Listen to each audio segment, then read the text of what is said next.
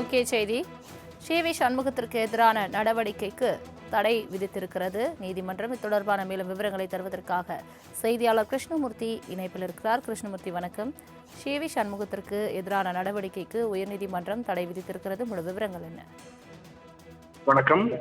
அதிமுக முன்னாள் அமைச்சரும் தற்போதைய மாநிலங்களவை உறுப்பினருமான சி.வி. சண்முகம் சில மாதங்களுக்கு முன்பு விழுப்புரத்தில் நடைபெற்ற அதிமுக பூத் கமிட்டி பயிற்சி கூட்டத்தில் பெண்கள் குறித்து சர்ச்சைகள் வகையாக ஏற்படுத்தும் வகையில் பேசியிருந்ததாக கூறி சென்னையைச் சேர்ந்த பிரமிளா மற்றும் ராதிகா ஆகியோர் தமிழ்நாடு மாநில மகளிர் ஆணையத்தில் புகார் அளித்திருந்தார்கள்.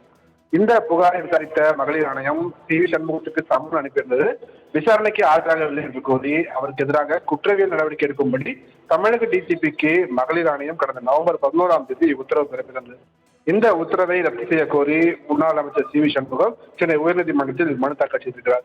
அந்த மனு நீதிபதி ஜெகதீஷ் சந்திரா முன்பாக இன்று விசாரணைக்கு வந்தபோது சி.வி. சண்முகம் தரப்பில் ஆஜரான வழக்கறிஞர்கள் ரியாஸ் மற்றும் ஐயப்பராஜ் ஆகியோர் மகளிர் ஆணையம் அனுப்பிய சம்மனில் புகார் அளித்த 20 பேர் தவிர வேறு எந்த விவரங்களும் ஆதாரங்களும் வழங்கப்படவில்லை என்றும் ஓராண்டுக்கு மேல் சென்னையில் எந்த ஒரு கூட்டத்திலும் பங்கேற்று பேசாத நிலையில் சென்னையைச் சேர்ந்தவர்கள் அளித்த புகாரின் அடிப்படையில் மட்டுமே ஆணையம் உத்தரவு கொள்வதாக வாதங்களை வைத்தார்கள்.